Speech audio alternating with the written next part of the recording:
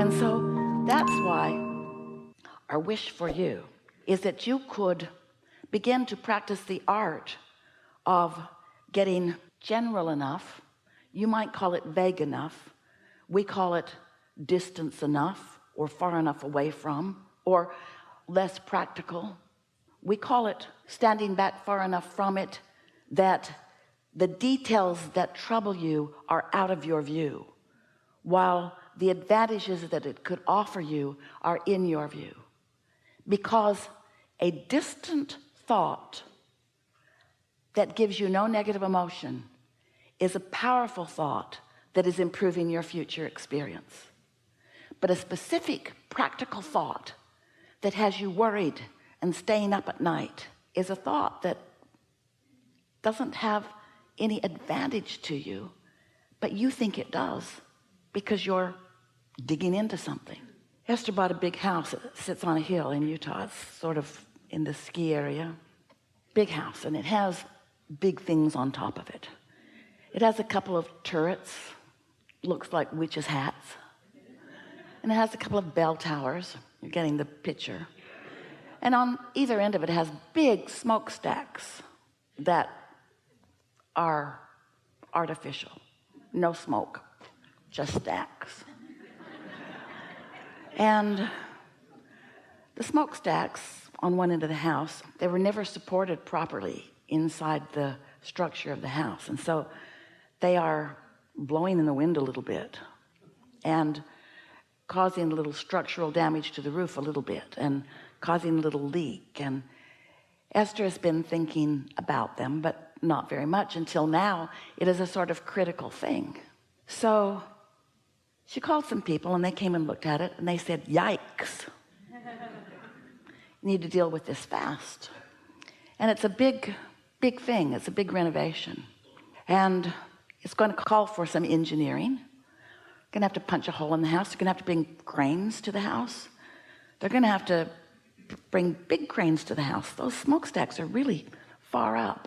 And when Esther thinks about it from her not engineering, very limited, she has never moved a smokestack in her life, point of view, what do you think happens to her? So easy to worry. That could fall on someone. It could cave in. It could ruin the house. It could cost a fortune. It could. And so she wrote a series of emails to the people that looked at it with her. And what she really wants to know is it better to take them down, or is it better to shore them up? What is the path of least resistance? But from her not engineering, limited point of view, what do you think this exercise in attention to something that she feels responsible for, what do you think it accomplishes within her energy? What do you think? It causes her to worry. It causes her to fret.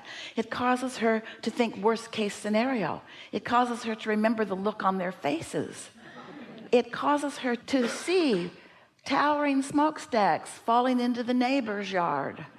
In other words, it's so easy to negatively create around something so big, so really big, something so big and so scary, and something that we want to say to her, Esther, is not any of your concern. There are people who know what to do. Tell them to do it. So the conversation would go like this. If we were standing in Esther's physical shoes, see those smokestacks? Either take them down or make them stay. Whatever you think is best. I'll be back in 6 months. That's it. And then if Esther ever thinks of the house, she should think of the house as whole and beautiful and well, not smokestacks falling. You see what we're getting at? Something has made you and Esther believe that it's your job to get in the middle of everything, even things you don't understand. And you know what? Oh, we love you so much. You don't understand hardly anything. You don't understand the law of attraction. You don't understand electricity. You know how to flip the switches, that's about it. Even those who have harnessed it don't understand it. You don't understand the inner workings of your bodies. Your doctors don't either. You don't understand how consciousness flows. There are just things that you just don't understand. You cannot get detailed enough to understand them, and you can't step back far enough to get the big picture on anything. And yet somehow you've assigned yourself the responsibility of knowing everything about everything, and then you come away from event after event feeling not up to the task. And you know what? You're not up to the task. It's not your job to figure out how law of attraction works. It's only your job to know that when you don't feel good in a thought, you're contradicting your own energy stream, and you're not helping whatever it is that you want. Can we get you to stand back into a more general place? Can we get you to help Esther not worry about her house? Can we get you to a place where you can just trust that things are working out for you, and that whatever you need will come into place? And can we convince you that if you will trust that, if you will know that, and if you will practice lighter feeling thoughts, less intense feeling thoughts, if you can train yourself away from worry and into fun, and then you want to shout, Abraham, that's where I started out. I knew I was right when I explained that to my mother.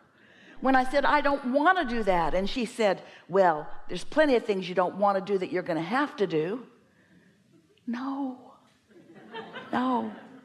When you do things you don't want to do, you set up a cross current of vibration within you, and you don't let the energy that creates worlds assist you in the way that it can, if you'll be more light and easy about things. If we can convince you to take a more general view of things. But why is that hard for you?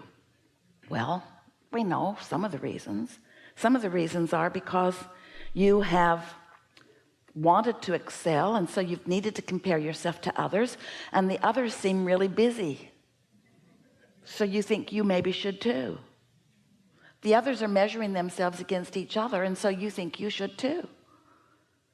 But you're not factoring in the intentions that you were born with, the energy that creates worlds. You're not factoring in how open your valve is. You're not factoring in how clear your desire is. You're not factoring in how much introduction of resistance that you've got going on right here and right now. So this is sort of an orientation, a reorientation about who you are. We would like to convince you that you are so worthy that everything that you want can and is flowing to you. But your worry is what's holding it up, or your measurement of you against others is what's holding it up. Your doubt, your fear. Now that doubt and that fear, that anxiety, all those things that are emotions, those emotions are just indicators of your resistance. But if you will start paying attention, you see, if you are able to quiet your mind like you do in meditation, or if you are able to just let your mind wander into good feeling places like you do in daydreaming, if you're able to allow your vibrational frequency to rise because you're not doing that thing you do that holds it into a resistant place, then things that you want begin occurring to you, and you get to be in on the hands-on movement and inspiration that looks like it's moving things along. We would like to say to you, in very bold and blunt terms, and maybe a little loud, because that's how Esther often interprets our bold and blunt things. She speaks them loudly. Your action doesn't mean diddly squat. Your action is the way you enjoy the energy that you've lined up through your thought.